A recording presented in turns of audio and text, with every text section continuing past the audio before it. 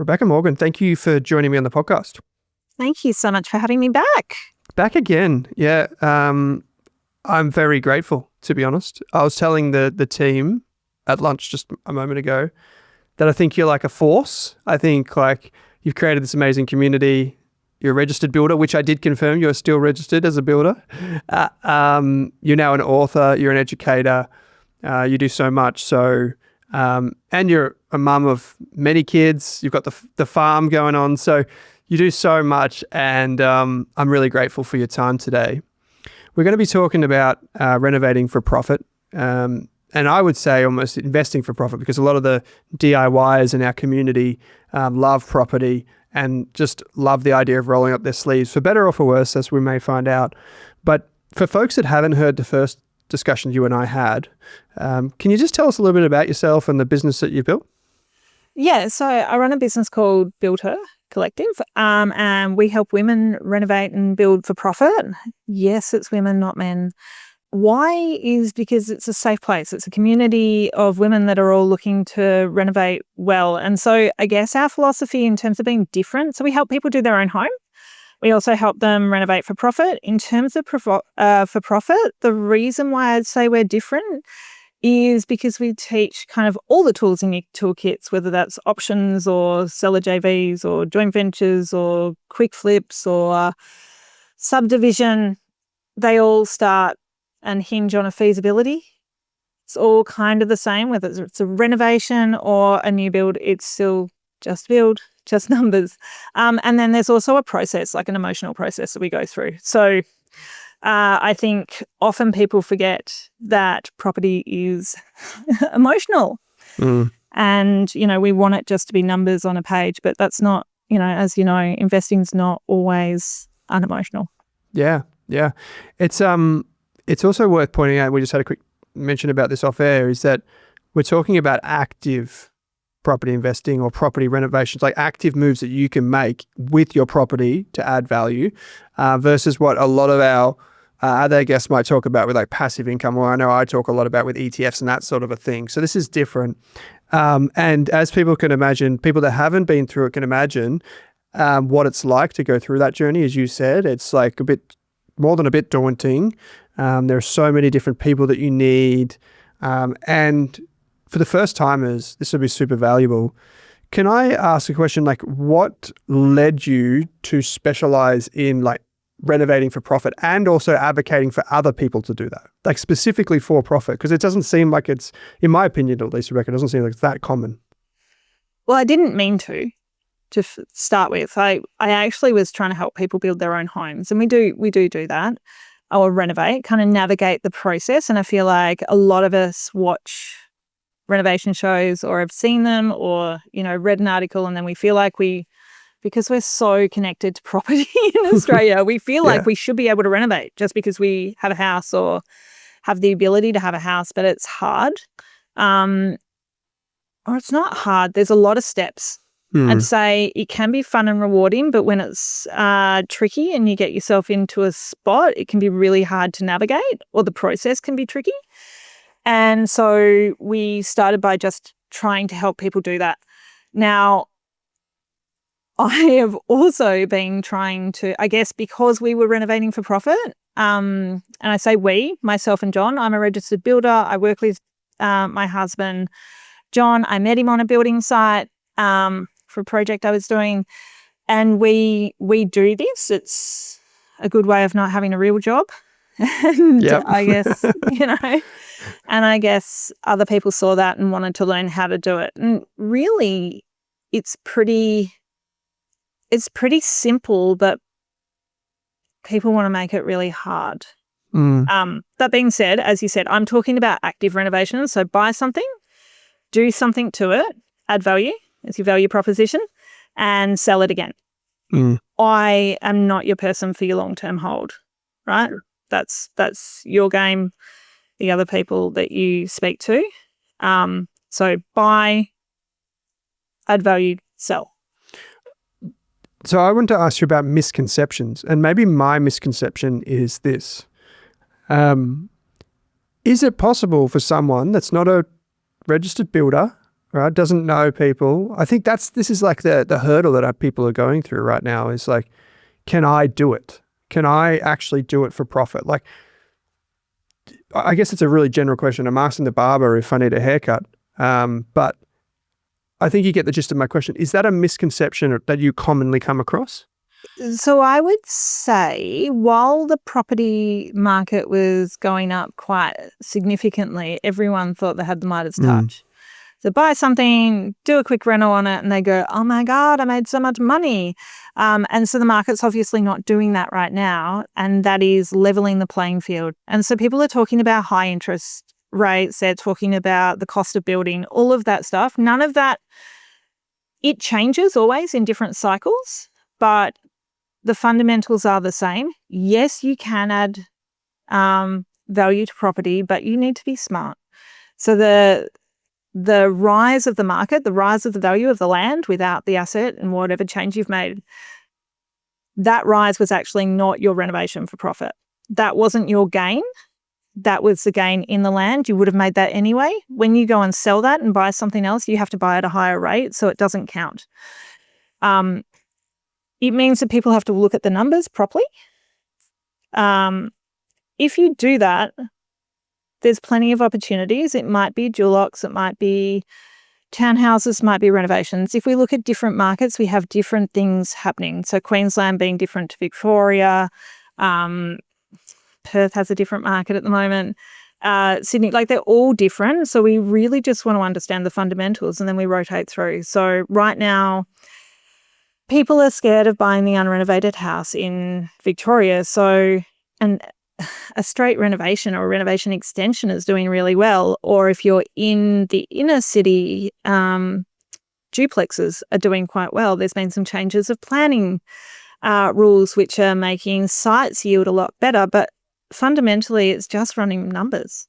So whether you use someone to do it or do it yourself, in fact, we do both. So I've got 2 sites with other builders. I'm doing one site myself, and I've got a joint venture site where we're building one side and we've got another builder building another side.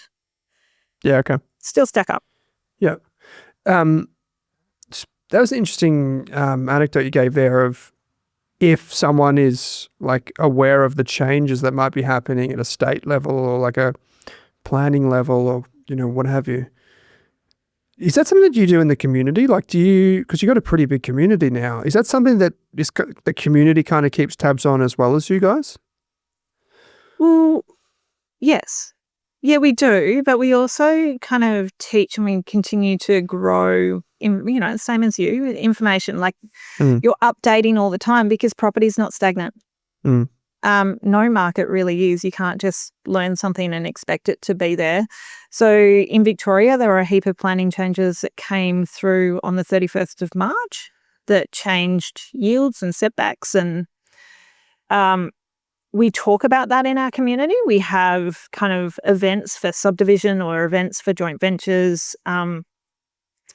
We also have a lot of people that work together inside our community. So sometimes when you're tackling a project or you're trying to make this step to buy something and you feel nervous, you want a community or you want to do it with someone who knows what they're talking about. Yeah, for sure you do. So I have one question here from Amy, which is Amy Lunardi over an Australian Property Podcast. I know you know her well. And she said, are there design features or materials you'd include for lifestyle that you'd avoid for a flip? So if you're doing something maybe for yourself versus doing something that you might see on the block or something, I don't know, something else like that. Like anything, like how do you kind of make that distinction? The thing is there's no one answer because each market is different. So if I'm doing a high-end home, those little features, those things that people think, oh, I'm not going to do that, still make a difference. Now, I tend not to include sound systems because the person who's into sound is very specifically into sound and they want it set up a specific way, right? The other person doesn't care. Yep. So there's no point even trying. Well, yeah, I know, right? It's a cop-out. I give up before I begin. Yeah. Because I don't know that much about it. But in that market, but we're looking at different markets. So in one market, you would always do a built-in air conditioner or zoned air conditioning, and in another market, it's okay to have a face-mounted aircon, right? Just in a wall. It just depends on the markets. Now, features that are more and more becoming important are around sustainability. The problem we're finding is that the market doesn't know how to value them when they're purchasing, so they're not getting completely pushed through. So it might be fine on a high-end home, but even as a builder, like we're building two at the moment with a developer, amazing developer. Their name is Napoleon Developments. They also run an energy, like an ESD company, so they're heavily connected in this personally. And they're getting to the end of a project that's really high performance, but they're trying to work out how do we communicate all these extra features and things we've put in, like air filtration, to a buyer that actually doesn't know much about that, and will they pay more for it? So they become the tricky kind of judgment calls. But when we're looking at property, it is a fallacy or a myth to think it needs to be cheap and cheerful, or it needs to be cost effective all the way through, or it should always be as cheap as it can be. Like we're building for different markets. So if I am emotionally connected to a house when I move into it and I love it and I want to live there, then I want my buyer to also feel that. I don't want them to walk in and go, oh, this is a cheap little flip that someone's done. Yeah, so it's kind of like if they feel that, they're going to price it accordingly, right? The moment that you give them an excuse to say, oh, it's just a flip. I don't know. I want to test a theory because I feel like I'm in the right company to ask this. I've often thought that if I was going to buy a house, right, this is my theory, and I did do this, by the way, is I want to buy it from someone that was an owner-occupier. I have this theory that maybe like in their brain, they're doing things for the long term, even if they knew they were going to sell it in a few years or a few months. I feel like they might put in a different level of care, and I don't want to ever feel like they didn't. You know what I mean? Yeah. So what are the markers that give you that? It feels like a home. And often when you walk into a project that someone's built, it doesn't feel like a home. So why? Right? What is it about it that feels contrived or not well thought out? Like there's little markers and indicators that feel concerning. But I think in general, if you're doing it for profit or if you're doing a development and you're not living in it, you will be judged by a higher mark than someone else. Like I know we've just finished a renovation. Cute little house in Brunswick. We put an extension out the back.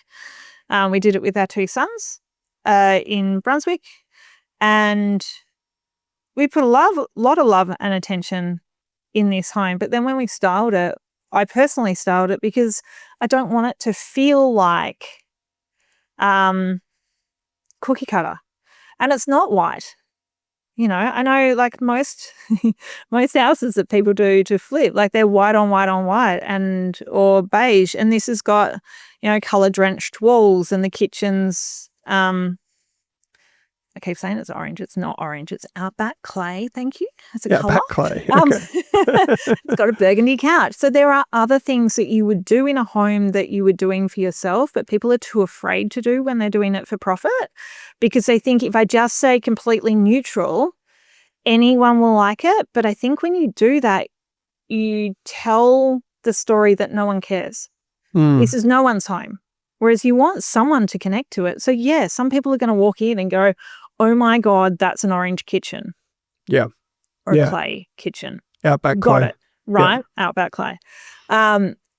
Someone else is going to walk in and go, oh, I never would have been brave enough to do a clay kitchen and then paint the ceiling and the whole room that color and put a mirror as like behind the couch. That's so awesome. I'll buy that because someone obviously has put a lot of care into it. So you're going to, yeah. I don't know if you know him, there's a fellow who co-hosts our property podcast, Chris Bates, and he often talks about this idea of like, who are you selling to? It's like, and he talks about like, you know, the different rings around major cities. He talks about selling to families and that sort of stuff. How do you determine if you're going to renovate a place for profit? How do you determine who you're selling to? Is that something that's like you're looking at the demographics and then you start from the suburb and then you go down into what's the urban sprawl? Like, how do you? I'm just trying to piece together how you actually identify with the end customer, because ultimately that's who you're building for, right? You are. So you're looking a little bit about demographics, and when we look across suburbs that might be good for doing renovations, we might be looking at like the IQRs. So in a quartile range, we've got the lower 25% and the higher 25%. And in some suburbs, we might see a bigger difference. So if we've got a smaller difference, like in our outer suburbs, often there's a smaller difference. That might not be good for doing a renovation, because the old and the new, there's not a lot of disparity. So you can't bring them up to a different level. That will often change across different demographics within a suburb. So a 4-bedroom house might have a really big IQR difference, but a 2-bedroom doesn't. So we kind of look at what style of home we're trying to create and then look at what the differences in demand are. And sometimes what we find is rather than it being demographics that are trying to get into that area, we're looking at demand and the amount of people that are competing for a type of home. So what that also means is sometimes the stats. So if let's say we're going, I'll use Brunswick because it's there. Going into Brunswick, there are not a lot of high-end homes in the market that suit families because the blocks are smaller, so they're not a lot of comparable sales. Does that mean that there are not a lot of people trying to live there that have families, or does that mean there's not a lot of products that have come to market? It could be one, it could be the other. So what we then need to really look at is how many people are at auctions and who's competing, because the price of a property is connected to how much someone's going to pay, right? If you've got a number of people that are competing for a house, it can go above what you would say is fair market rate. But there may be only, say, 3 products or 3 houses that come to market in a year that have a lot of competition on them. The rest of them might go through with like 1 or 2, or they might convince one buyer to come up. So I want to kind of look for a product type that has demand behind it, that there's people fighting for. So I know in a suburb near here, there was I've done kind of the range around here, and I'm like, there were 3 houses. I use 3 because there were specifically 3 houses that had a huge amount of competition in the last year, and they had 7 people that wanted it. I'm like, I want to produce a product like that, not like something that's got a high number, but there wasn't depth in that market. So going back to your first point there, I think that this is a really interesting data-driven thing, and for people that aren't number wizards, what I'm picking up is you're looking for those markets, just generally speaking. I'm sure you look for plenty of other things as well, where that IQR, the interquartile range, is quite wide, so that you can find the assets or the products, as you put it, that then when you're renovating for profit, you can nudge that up to the top of that interquartile range. Is that where you're going? Or call it a gap analysis, maybe the gap between the unrenovated and the renovated property. And the IQR is just a way of identifying the gap in an easier way. So that would be one way of looking at it when you're looking at numbers. I know there's a lot of people that can teach you how to invest in areas and buy things that look good out of suburb. I more advocate for being a suburb specialist. So if you've got a couple of suburbs, narrow in on that and get to learn it. When we're playing with one property, we've got a lot invested in that one asset, right? As opposed to being able to spread it. So I don't want to buy something same rules apply, but I don't want to buy something in Sydney where I haven't walked the streets. I don't know what's around there, and I haven't kind of picked up on the nuance around that. I want to buy in an area where I know, and I know the values and the pockets. which means that you've got to spend a little bit of time. So you might use that gap analysis to I guess, zero in on an area or a suburb. And then you want to really get to know that, because there's, as we know, oh, maybe we don't, but as real estate agents will tell you, like, there's that street and they both look the same, but one's worth a lot more for, Yeah, of because course. it's zoned to a school in an imaginary line on a piece of paper. And you may not know that if you don't go there, right? So you want all of that information, and that takes a little bit of time to gather. Yeah, I was going to ask, like, if there was like a sweet spot around like major capital cities or anything like that. But it was actually interesting you mentioned that, like, you pick a few suburbs and you focus on it, because I'm just thinking about my own suburb, right? Like where I live and where I walk the dogs around. Like, there are roads there that are like, that one's worth twice as much as the one over there. That's on the other side of the valley, and no one wants to go on that side because it doesn't get enough sun, kind of thing. But then, you mentioned Brunswick, which is like inner northern suburbs here in Victoria, very nice place to be. But that kind of, I guess, gives comfort to people as well, because they can kind of learn how to do this research in their home environment or in markets, like pockets where they think that's really interesting to me. I want to backpedal to where we were before. I asked you about like some things that in and around the house that might add value and so on, and those that might not. But you mentioned something about like cooling and looking at, AC on the wall. I often look up at my split system and I think we've got 4 of them in the house, which is maybe like a first world problem, by the way, people. I fully get that. But like, I look at it, I'm like, gosh, that thing's ugly. Like, that is so ugly. Sometime in the future, someone's going to invent a nice looking one of those things. But I wanted to ask you, because some parts of a house are way more expensive than other parts, right? Like my kitchen, my bathroom, way more expensive than just the living room. So are there particular parts of the house that you see adding a lot of value, or you would say for people to focus on first, or has it, maybe another side tip to that is, has it changed through time? Like, I'm always told that the kitchen and the bathroom are like the things that matter, but is that really the case? Yeah, I would say not specifically kitchen, bathroom. Like, it's more kitchen, lounge, living, and connection to outside. So the way that flow happens and allows a family to function is really important. Then we're going to go to, rather than the family bathroom, we're going to look at the master suite. Because the people who are buying the property live in the master suite. Yes. So if their child has a uglier shower, they care less than if they have an uglier shower. Yeah. Like, yeah. And so there's little things like that. The other thing that is massive is laundries. All right. I know. So not who a buys European houses? laundry, just chuck it behind a cupboard kind of thing? No, or? not really. No, not going to cut it. It's the flow and function of the house. So what we're looking for is, like, someone's going to go there, and for someone to move home is a lot of effort. And so you've got to respect the amount of effort and energy and money they're going to spend to move. To do that and to command a high price, and everyone thinks their house is worth more than it probably is. Like, we all do that, like, oh, my house is worth, because we're emotionally attached to it and we want someone else to be emotionally attached to it. So we create, I guess, a circumstance where it's easy for them to live in. And so that is laundry, because no one wants to do it. And so we want that to function really well.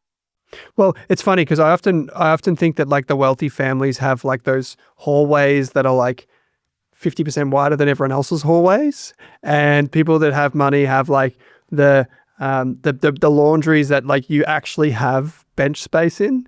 Those are like signs of wealth, like subtle signs of wealth to me, Rebeka. And I'm always envious of those people that have like a big laundry. Right. I'm like, mudroom laundry. Yes. Like a laundry with 2 benches and a wall of appliances. Exactly. But that makes a massive difference to how people live. I think probably the wider hallways are marker for guests, right? So that's like an ego thing. Yeah, true. Whereas the laundry is like an actual livability thing. I mean, the kitchen's always primary, key to the heart of everything, and it's what people want. But you can make a pretty special kitchen or a showstopper kitchen. You've just got to think about how people are moving in a house, and they are pretty critical.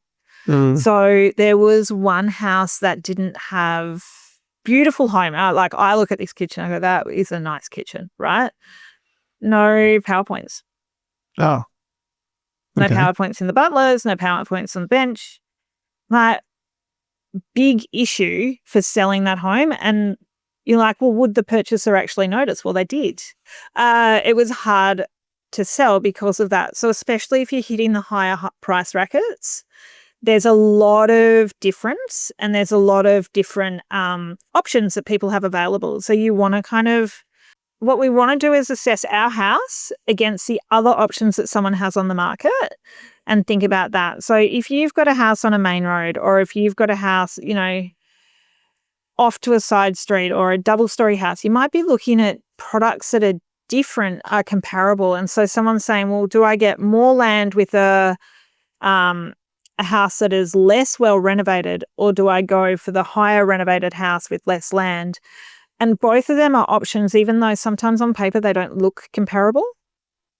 But in that price bracket, they are for that family. And so often I find the older, more homely home has more of that heartstring attached to it, and so can fetch a pretty good price as well. So you need to kind of think about what you're creating. Mm. It seems like just being really mindful of the buyer, like allowing them to see themselves in the home is probably the centerpiece of this. It's like, who is my target audience? And then how do I fulfill their obligation? That kind of is it primarily family homes that you would say are the most attractive for this? Oh, look, it's probably a bit loaded. It's probably what I specialize in because I like that product, but because I've got a lot of kids. So the system of a family home is something that I know a lot about. But even if you're doing an apartment, it's the same thing. It's like, well, what do I get here versus somewhere else? And like apartments are slightly different because you've got such good comparables, right? You might have an apartment block where you can go, okay, I've got the same product. And that's where, the material choice can really shine. Otherwise, you're creating a feeling in a home, and all of those little choices add up to that feeling. And that's what someone will pay for it, which is really not as simple as, buying, a loaf of bread or a cup or, something else that we might buy. Mm. I've only got a couple more questions for you, Rebeka, but I got like kind of one inversion, which is, have you ever done renovations and lost money? Like, and if you have, like, what were maybe one or two of the lessons that you learned? I haven't. Oh, really? Yeah. You've never lost money on a reno? I haven't lost money on a reno. No. I just assumed that surely you've been doing this long enough that there might be at least one. I haven't lost money on a reno, but I've seen lots of people do it and lose money. What would be the common trait amongst them then? Okay, so market changes. Mm-hmm.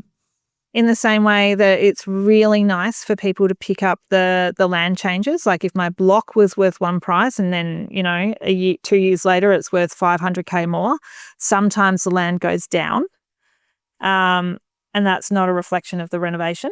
Things changing outside of their control. So say longer planning permits or conditions that have been put on things. So finance charges. Yep. Overspending on materials. Yep. And I can imagine complicating the build in that way. Often when we're designing something, we're kind of designing it blind and we don't understand the structures and what's going behind it. But if we can think about the fact that we've got labor and materials and we want to simplify both of them as much as we can use a much nicer or effective material if we can keep the labor component simple, especially when we're talking structure. The final one would be mucking up the flow, the feeling in a home. Just thinking painting it white is going to work. Homes are functional, and we want, people need to live in them. So there was one case of someone who did a renovation and she had 4 bedrooms that all had bathrooms coming off them and a Euro laundry into a back room, right? Mm-hmm. And the back room was really beautiful and livable, but she overlaid her thoughts or her values that every room should have a bathroom and didn't value the laundry. But the overwhelming feedback from buyers was that she needed, now in hindsight, it's really easy, right? You just go, oh, well, look, turn a bathroom into a laundry, and that was easy. But that wasn't the way she set the house up, because that wasn't her value system. And sometimes you can't see what you're doing until it's built or until someone points it out. And so that's where, like, even when I'm setting up houses, well, actually, specifically when I'm setting them up, like, we'll draw them, we'll do the design, and then we bounce back and forth. And I'll take it to Beck in my team, or I'll take not generally John, my husband, but I'll take it. John's great at floor plans, but if I'm wanting to do a tricky detail, he's probably like, no. And we'll bounce back and forth on it to make sure we've got it really tight, because you can always edit and refine. And I think sometimes we feel like we've got to know everything ourselves. Mm. Does that make sense? Yeah, definitely. And also just the second opinions, probably not too many opinions, but a good opinion is worth so much, because we don't know our blind spots, right, in anything. So that's really apt. Okay, so I got two more quick questions for you, but I want to ask you, for people that want to learn more, like, we're only scratching the surface here, and as everyone can probably tell, it's very nuanced, and it does take a lot of, I would say, understanding and effort to try and get the most from renovating for profit. But there's also a lot of money on the line. So I do want to give a bit of a shout out to some of the resources that you have available for folks. So if someone's listening to this and they want to learn more, Rebeka, where would they go? On our website, there's a whole heap of free tools, feasibilities. We've got a book that we released earlier this year, or was published earlier this year. So Stop Dreaming and Start Renovating for Profit. You can get it at our website. You can also get it bookstores, airport bookstores. I would say, if this is something you want to dive into, really get advice, because the advice you don't want is the advice from the trades that are helping you build, because that's where people get confused. Because the tiler's got an opinion, and the carpenter's got an opinion, and the stone guy's got an opinion, and the joiner's got an opinion, and all of a sudden you've got so many opinions, but none of them have the big picture in mind. None of them are actually connected to what you are trying to achieve or how people live in it. And because most trades, here we go, start an argument, because most trades I see really are trying to do a good job, they want to help. So they do give an opinion. Oh, you shouldn't do it like that. You should do it like this. That'd be way better. And that could be that they've seen it done like that. But then when you add all of these little bits and pieces together, you end up with a mismatch. And that's where I've seen it become really problematic. So either do the interiors yourself, get someone to do it, do the plans yourself, get someone to do it. It's fine. But you do need a plan or an overarching document which is going to keep you on track. And then you want to be able to bounce that off someone who understands what they're talking about. Now, renovations can be little bit like newborn babies. The only people who specifically care every day what your baby slept last night, how much your baby slept, is someone who's got a baby of the same age. But, we have a community of people, or find a friend that is also going through a renovation and kind of bounce together. I think that's really important. Good advice. Yeah, good advice. So it's that community. It's about reaching out to people that can help you understand the bigger picture of what you're doing. Yeah, and also doing a feasibility. If you don't know how to do a feasibility, learn. You've got a free resource on your website you just mentioned though, right? Yeah, I've got a free resource. So I've got the template. Yeah, cool. Yeah.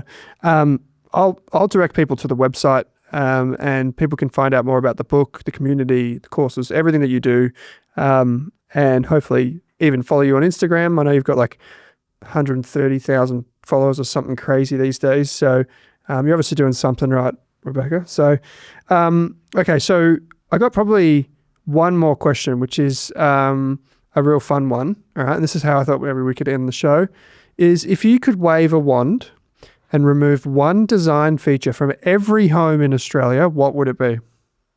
Downlights. Why? They're glary.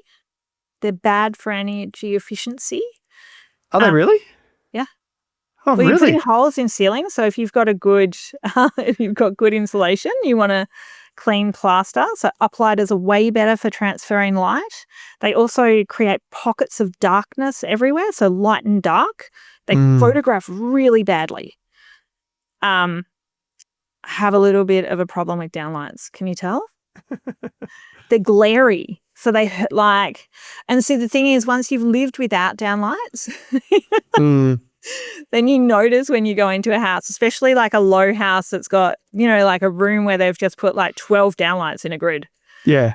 And you it's really noticeable. So yes, I would give everyone good lighting and energy efficiency.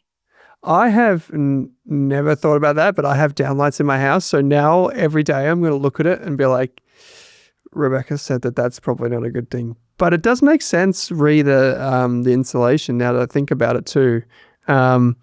We did a blower air test. So do you know what a blower air test is? No. So you basically pressurize the inside of your house. And then, so there's a big fan. You put it over the front door.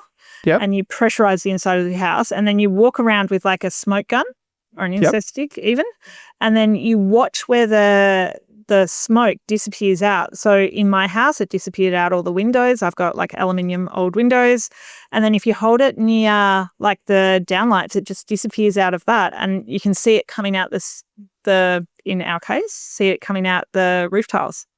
Oh, wow. I know. It's just kind of forces the, so then you can track the air, the loss of energy. Yeah, downlights are not great. And if you think about it, you're doing like 12 downlights to 2 uplighters. Yeah. Anyway. When you say uplighter, what do you mean by that? Is that the one of the strip thing? Is that it's like a light that you put maybe 600 below the ceiling, and it shines light up above your eye level, so you don't want to be able to look into it. But because ceilings are reflective, like light is just a reflection of, So you shine light up on the ceiling, and by doing that, you illuminate the whole room in a really nice, even way, rather than kind of directing it down and giving yourself pockets. I know, right? See, it is, and it makes you feel a really different way. So when we're doing projects, we're looking to create feelings. So we might do that by going through a compression, expansion, or by using nice lighting. Anyway, all those fun things. So much to play with. Yeah. Well, so you've got the book, courses, website, you're online all the time. So I will put a link in the episode description for this episode and point everyone to what you got going on. I know you're super busy. I know that you've got a great business that you're running. I know that you've got geese or something that you've got to attend to regularly. So you've got a lot going on, Rebeka. I really do appreciate you taking the time to join me on the show once again. No, thank you so much for having me, and thank you for providing these resources. Thanks for watching this episode of the podcast. If you want to hear more from us, you can get daily videos and podcasts on Rask's YouTube channel, or if you want to enroll in a free course on investing, property, business, money, you name it, you can join over 34,000 other students and enroll in a free course on the Rask website. Simply head to www.rask.com.au and follow the prompts. Thanks for watching this Rask podcast.